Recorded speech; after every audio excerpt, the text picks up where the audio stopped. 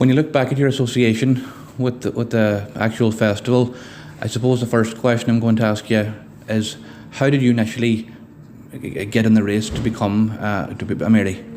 Well, I was working in the civil service in the Department of Environment, local government it was known as then, and one of my colleagues, Terence Sweeney, came one day and he said, I think you would make a very good Mary from Dungloe, and I hadn't heard of it, but being the first, he explained that it was going to occur in Donegal, and that they were hoping to get it started. The Emmett Spiceland group had just formed, and they brought out a song called Mary From Dungloe, which became very famous. So they decided to call them and the Mary From Dungloe Festival. So the rest is history. They had 2 heats in Dublin, a final in the Clarence Hotel, and of course I didn't know what to expect or anything, and off we went to Dungloe, and it was wonderful. Yeah. We then had, at the time, it wasn't a huge area. We had a marquee which was enormous. They have since changed to hotels and other areas because it was dangerous. We were swamped out of it with people. It was that popular, and they were afraid it would collapse. So then we used to celebrate in Sweeney's Hotel. It was the hub of everything. Christina was her name, and it was a marvellous, marvellous time.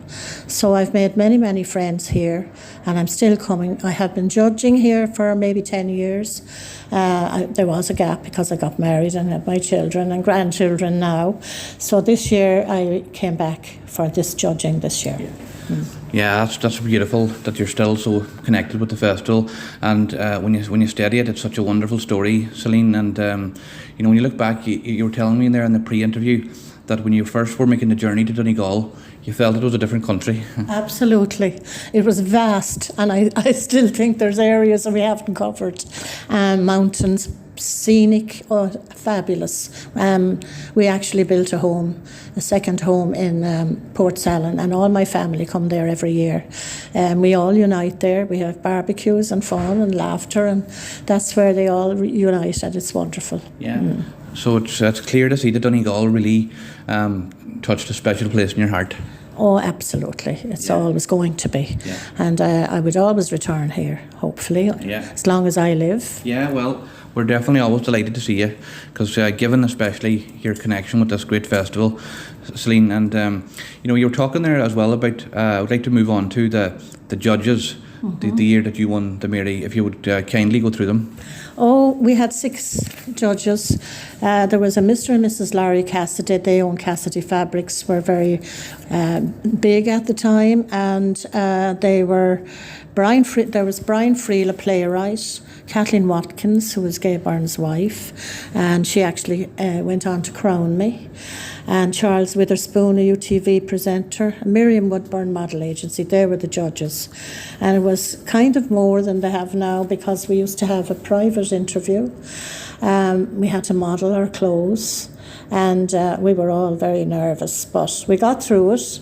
So it was a big surprise to me. We were interviewed then by Gay Byrne, and it was a big surprise to me when I heard the girl from Galway, all the way from Galway, representing Dublin, is our first Mary. Yeah.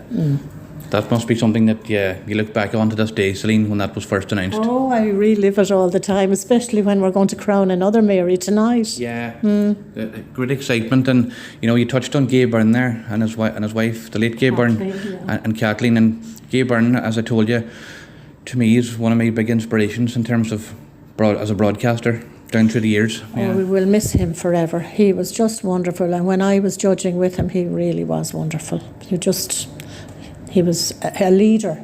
Yeah. The best presenter. I'd probably be shot by others, but he was. Yeah.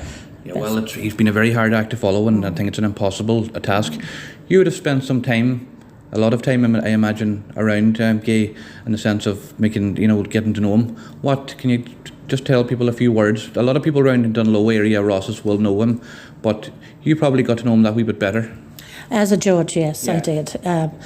You would feel scared at first when you met him, but he put you so relaxed, and he loved when the interviews were out at Donegal Airport because he loved airplanes. And he would be dying to escape to see if there was a plane going to land. Very funny. In his own way. You wouldn't think he was, but he was. Yeah. His daughter Crona now is taking over, so she's doing a good job. Yeah. Yeah. Well, it's nice. It's nice that link is still there. The Crona and Gay's daughter, of course, but Kathleen obviously then was one of the judges that year. Yeah. That year she was, yes, and she actually placed the crown on my head, and I have photographs somewhere at home. Yeah. Yeah, with that.